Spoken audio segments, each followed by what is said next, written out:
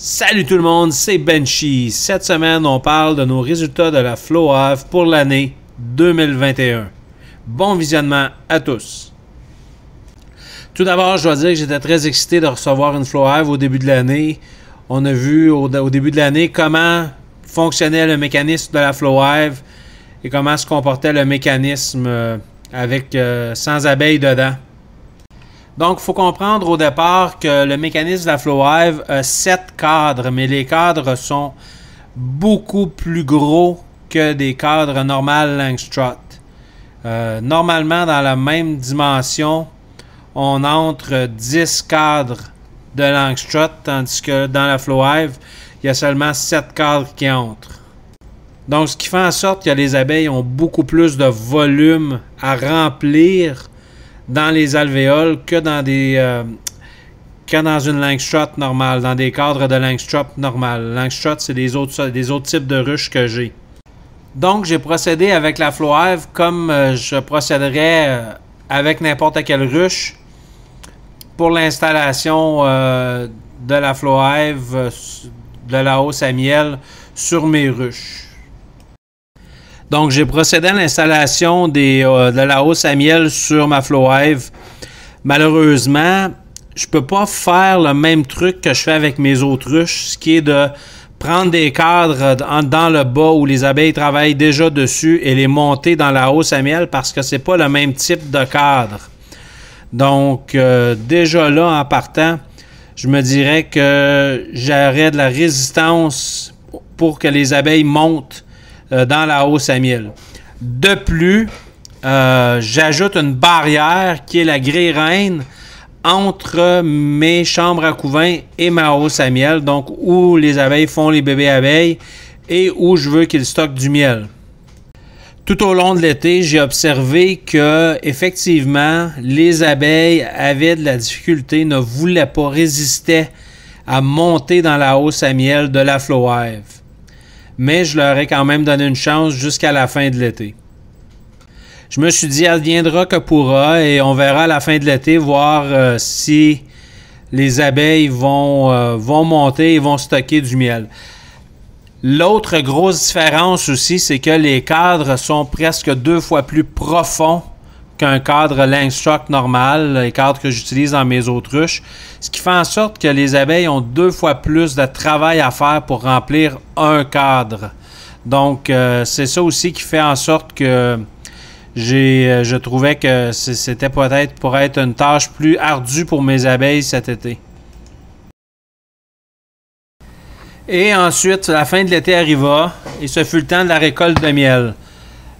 Sachez que mes ruches sont pratiquement tous à la même place, ont accès aux mêmes ressources. Mis à part le type de ruche qui est différent entre la FlowHive et mes 2 autres ruches de type Langstroth, tout est pareil, identique. Ils ont chacun 2 chambres à couvain, ils ont chacun accès aux mêmes ressources. Donc, tout est identique partout. Mes 2 ruches Langstroth ont été extrêmement productives cet été, cet automne, ont donné énormément de miel. Donc, je m'attendais peut-être à avoir un peu de miel au minimum dans ma ruche FlowHive. Imaginez ma déception lorsque j'ai effectué la récolte et que je me suis rendu compte que il n'y avait absolument rien d'operculé, donc il n'y avait aucune cellule avec un chapeau de cire pour dire que le nectar s'est transformé en miel, donc il est prêt pour la récolte. Donc, en résumé, cet automne, j'ai recueilli 0 miel de ma FlowHive. Donc, elle a passé l'été là, à la même place que mes 2 autruches qui avaient plein de ressources et qui ont que j'ai sorti beaucoup de miel de mes 2 autruches et j'ai absolument rien récolté de la FlowHive. Donc, la FlowHive, qu'est-ce que j'en pense? Tout d'abord, du côté prix, c'est pratiquement le double, le triple du prix d'une ruche ordinaire. Côté qualité, la qualité est là. C'est quand même une ruche de bonne qualité. Côté production, 0. Je crois malheureusement qu'au Québec, on n'a pas la saison apicole n'est pas assez longue pour que l'on puisse profiter des bénéfices de la Flohive, des bienfaits de la Flohive, excusez-moi. Est-ce que moi, personnellement, je recommanderais une Flohive à une personne au Québec? Absolument pas. Vous allez perdre votre temps. Vous ne serez pas en mesure de récolter assez de miel pour que ça en vale la peine. Écoutez, c'est ma 2e année, puis j'ai récolté énormément de miel de mes 2 autres ruches l'année passée et cette année, et j'ai absolument rien récolté de la Flohive cette année. Je vais quand même, étant donné que j'ai l'équipement, la réessayer l'année prochaine et faire une espèce de petit résumé l'année prochaine, la même chose que je fais là. Mais est-ce que je vous conseille d'aller vous chercher une Flohive? Absolument pas. Allez-y pas. Ça vaut pas la peine. Vous récolterez pas de miel. Les abeilles sont extrêmement résistantes à monter dans le plastique puis à aller créer, aller stocker du miel dans le plastique.